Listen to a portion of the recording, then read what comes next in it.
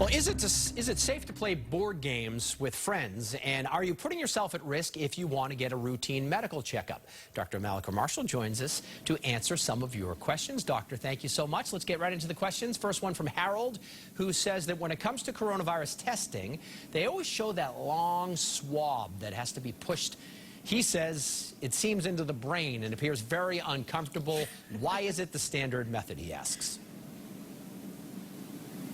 Now, Harold, it's called a nasopharyngeal swab, and it does not go into your brain, but it does go into the back of your nose to collect secretions to actually look for the presence of the virus. But it is uncomfortable, and I have to say I've gotten a little bit better at performing it, making it a little less uncomfortable for patients, but it's not fun. So researchers are trying to see whether a simple saliva test could one day replace it, because it's not invasive, it's easy to use, patients could do it themselves, and it wouldn't put healthcare workers at risk, which those swabs do.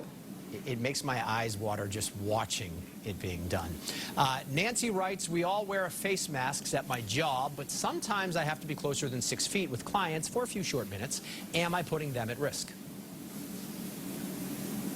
So it's unlikely if you're all wearing masks, if you come in within 6 feet of someone, that you're going to transmit the virus to them. But we always say, even if you're wearing masks, try to keep as much distance as possible. But you really have to be fairly close for, more than just a few minutes to transmit the virus, if you're wearing your masks. All right, doctor, thank you. Kathy asks if it's safe for her to get a routine gynecologist exam. And then Dave asks if he should get a routine eye exam and glaucoma check.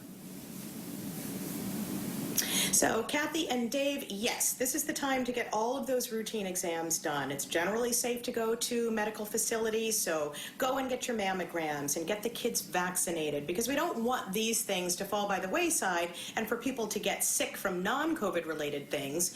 But it's the time to do it now, because in the fall we're probably going to be dealing with the coronavirus as well as influenza, and we might all have to hunker down again. So do it now. And Martha writes, we are wondering when we can play board games or play cards with some friends.